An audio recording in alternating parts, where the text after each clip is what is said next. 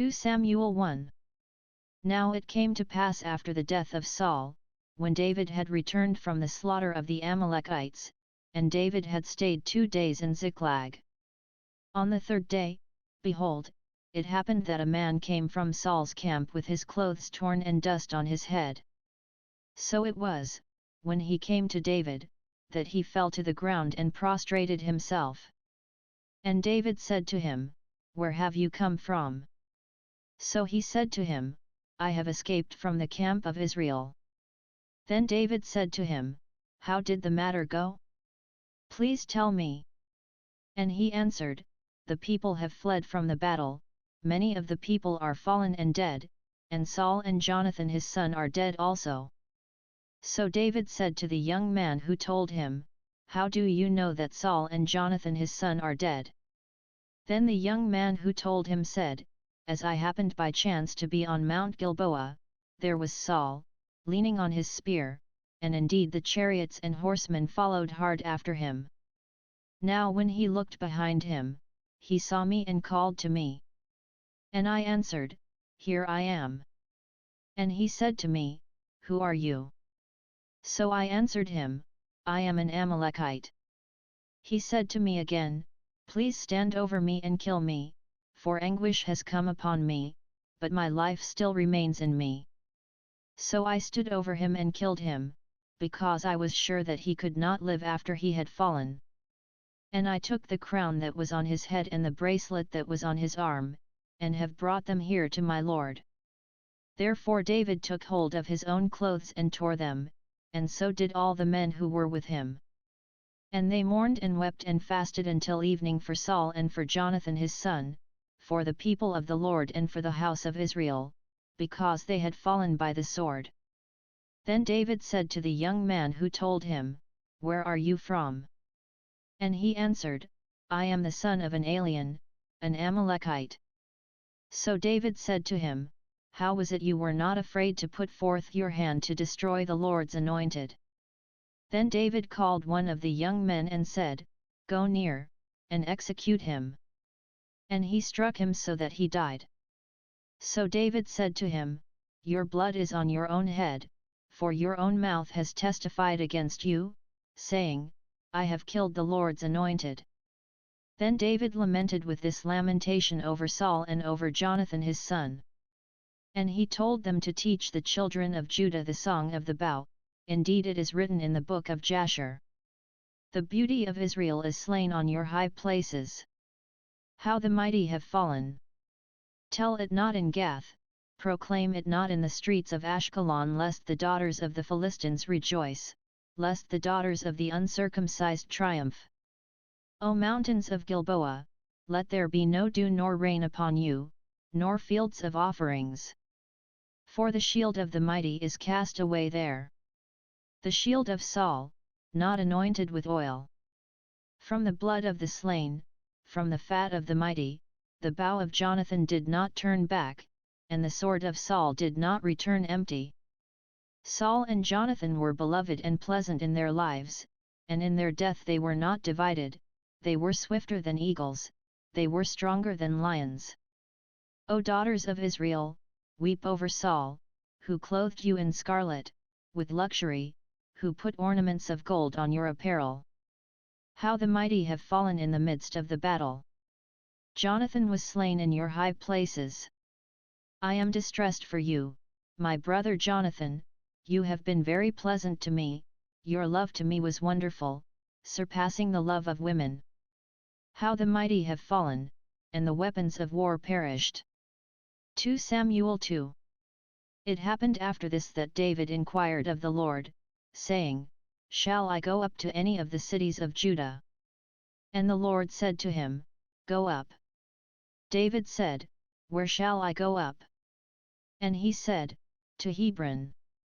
So David went up there, and his 2 wives also, Ahinoam the Jezreelites, and Abigail the widow of Nabal the Carmelite. And David brought up the men who were with him, every man with his household. So they dwelt in the cities of Hebron.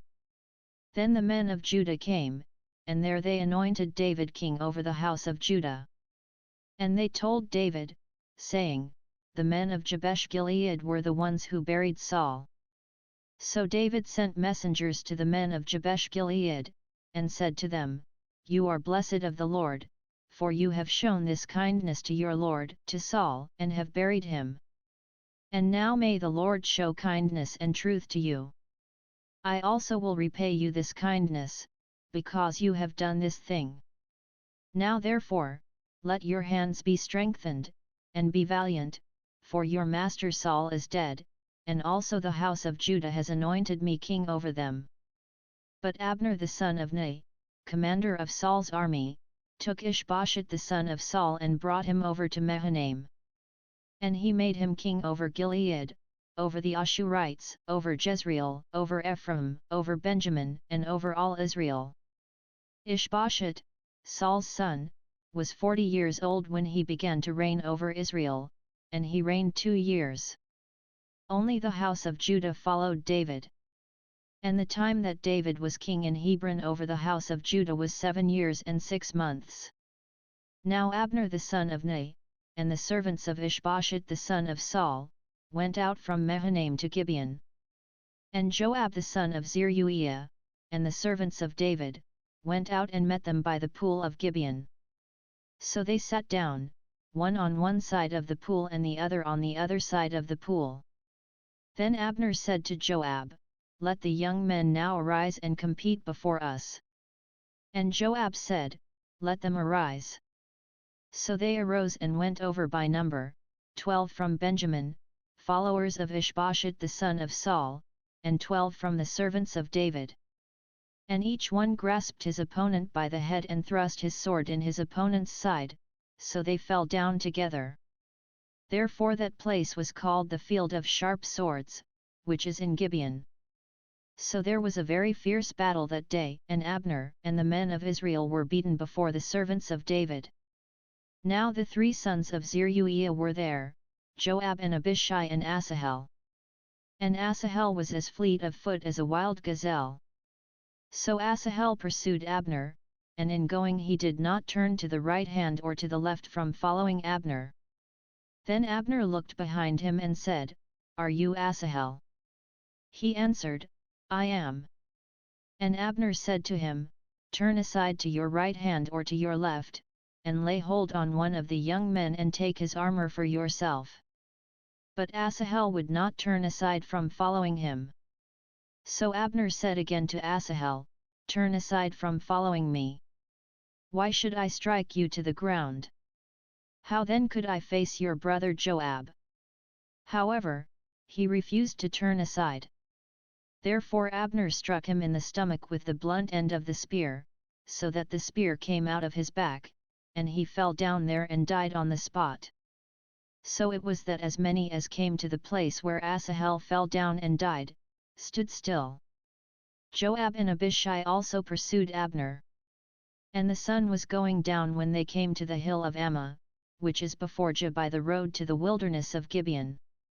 Now the children of Benjamin gathered together behind Abner and became a unit, and took their stand on top of a hill. Then Abner called to Joab and said, "Shall the sword devour forever? Do you not know that it will be bitter in the latter end? How long will it be then until you tell the people to return from pursuing their brethren?"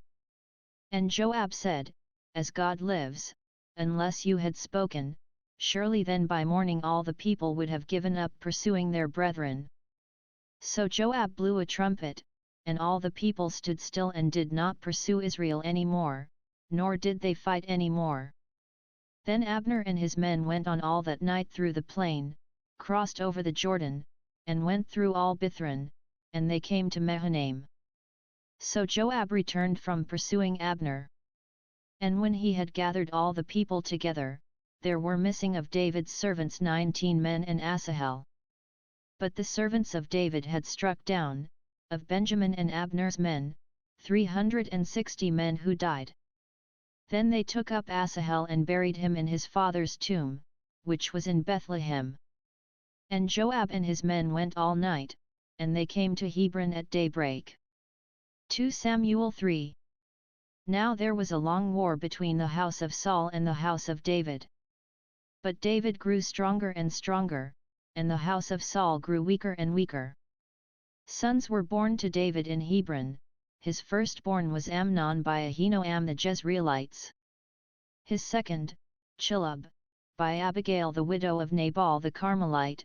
The third, Absalom the son of Maacah, the daughter of Talmai, king of Geshur.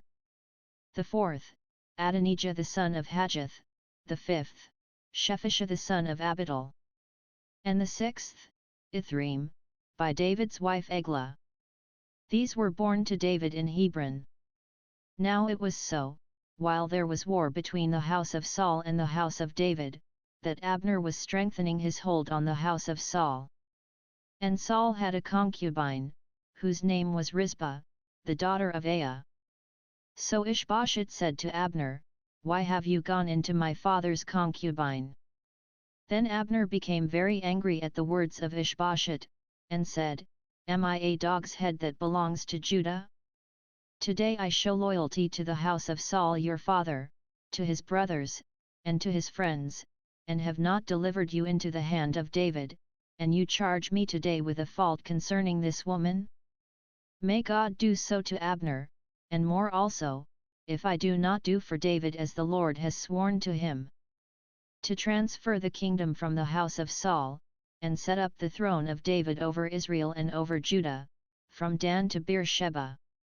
And he could not answer Abner another word, because he feared him. Then Abner sent messengers on his behalf to David, saying, "Whose is the land?" saying also, "Make your covenant with me, and indeed my hand shall be with you to bring all Israel to you." And David said, "Good, I will make a covenant with you. But one thing I require of you, you shall not see my face unless you first bring Michal, Saul's daughter, when you come to see my face." So David sent messengers to Ishbosheth, Saul's son, saying, "Give me my wife Michal, whom I betrothed to myself for 100 foreskins of the Philistines." And Ishbosheth sent and took her from her husband, from Paltiel the son of Laish.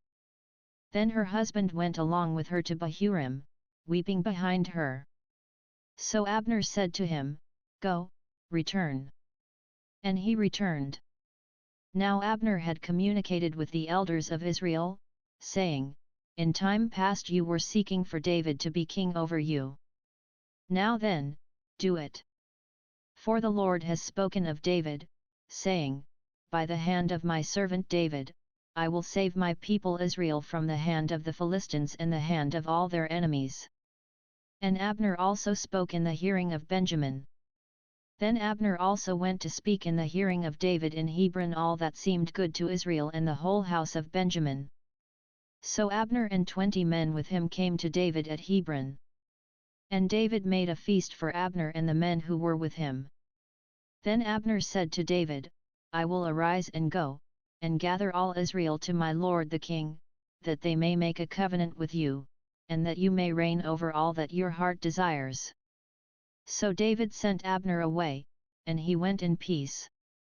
At that moment the servants of David and Joab came from a raid and brought much spoil with them. But Abner was not with David in Hebron, for he had sent him away, and he had gone in peace. When Joab and all the troops that were with him had come, they told Joab, saying, "Abner the son of Ner came to the king, and he sent him away, and he has gone in peace." Then Joab came to the king and said, "What have you done? Look, Abner came to you, why is it that you sent him away, and he has already gone? Surely you realize that Abner the son of Ner came to deceive you, to know your going out and your coming in, and to know all that you are doing." And when Joab had gone from David's presence, he sent messengers after Abner, who brought him back from the well of Sirah. But David did not know it. Now when Abner had returned to Hebron, Joab took him aside in the gate to speak with him privately, and there stabbed him in the stomach, so that he died for the blood of Asahel his brother. Afterward, when David heard it, he said, "My kingdom and I are guiltless before the Lord forever of the blood of Abner the son of Ner. Let it rest on the head of Joab and on all his father's house, and let there never fail to be in the house of Joab one who has a discharge or is a leper, who leans on a staff or falls by the sword, or who lacks bread. So Joab and Abishai his brother killed Abner, because he had killed their brother Asahel at Gibeon in the battle. Then David said to Joab and to all the people who were with him, "Tear your clothes, gird yourselves with sackcloth, and mourn for Abner." And King David followed the coffin. So they buried Abner in Hebron, and the king lifted up his voice and wept at the grave of Abner, and all the people wept. And the king sang a lament over Abner and said, "Should Abner die as a fool dies? Your hands were not bound nor your feet put into fetters, as a man falls before wicked men, so you fell." Then all the people wept over him again. And when all the people came to persuade David to eat food while it was still day, David took an oath, saying, "God do so to me, and more also, if I taste bread or anything else till the sun goes down." Now all the people took note of it, and it pleased them, since whatever the king did pleased all the people. For all the people and all Israel understood that day that it had not been the king's intent to kill Abner the son of Ner. Then the king said to his servants, "Do you not know that a prince and a great man has fallen this day in Israel? And I am weak today, though anointed king, and these men, the sons of Zeruiah, are too harsh for me. The Lord shall repay the evildoer according to his wickedness." 2 Samuel 4. When Saul's son heard that Abner had died in Hebron, he lost heart, and all Israel was troubled. Now Saul's son had 2 men who were captains of troops. The name of one was Baanah and the name of the other Rechab, the sons of Rimmon the Beerothite, of the children of Benjamin. For Beeroth also was part of Benjamin. Because the Beerothites fled to Gittaim and have been sojourners there until this day. Jonathan, Saul's son, had a son who was lame in his feet. He was 5 years old when the news about Saul and Jonathan came from Jezreel, and his nurse took him up and fled. And it happened, as she made haste to flee, that he fell and became lame. His name was Mephibosheth. Then the sons of Rimmon the Beerothite, Rechab and Baanah, set out and came at about the heat of the day to the house of Ishbosheth, who was lying on his bed at noon. And they came there, all the way into the house, as though to get wheat, and they stabbed him in the stomach. Then Rechab and Baanah his brother escaped. For when they came into the house, he was lying on his bed in his bedroom. Then they struck him and killed him, beheaded him and took his head, and were all night escaping through the plain. And they brought the head of Ishbosheth to David at Hebron, and said to the king, "Here is the head of Ishbosheth, the son of Saul your enemy, who sought your life, and the Lord has avenged my lord the king this day of Saul and his descendants." But David answered Rechab and Baanah his brother, the sons of Rimmon the Beerothite, and said to them, "As the Lord lives, who has redeemed my life from all adversity. When someone told me, saying, 'Look, Saul is dead,' thinking to have brought good news, I arrested him and had him executed in Ziklag, the one who thought I would give him a reward for his news. How much more, when wicked men have killed a righteous person in his own house on his bed? Therefore, shall I not now require his blood at your hand and remove you from the earth?" So David commanded his young men, and they executed them, cut off their hands and feet, and hanged them by the pool in Hebron. But they took the head of Ishbosheth and buried it in the tomb of Abner in Hebron. 2 Samuel 5. Then all the tribes of Israel came to David at Hebron and spoke, saying, "Indeed we are your bone and your flesh. Also, in time past, when Saul was king over us, you were the one who led Israel out and brought them in, and the Lord said to you, 'You shall shepherd my people Israel, and be ruler over Israel.'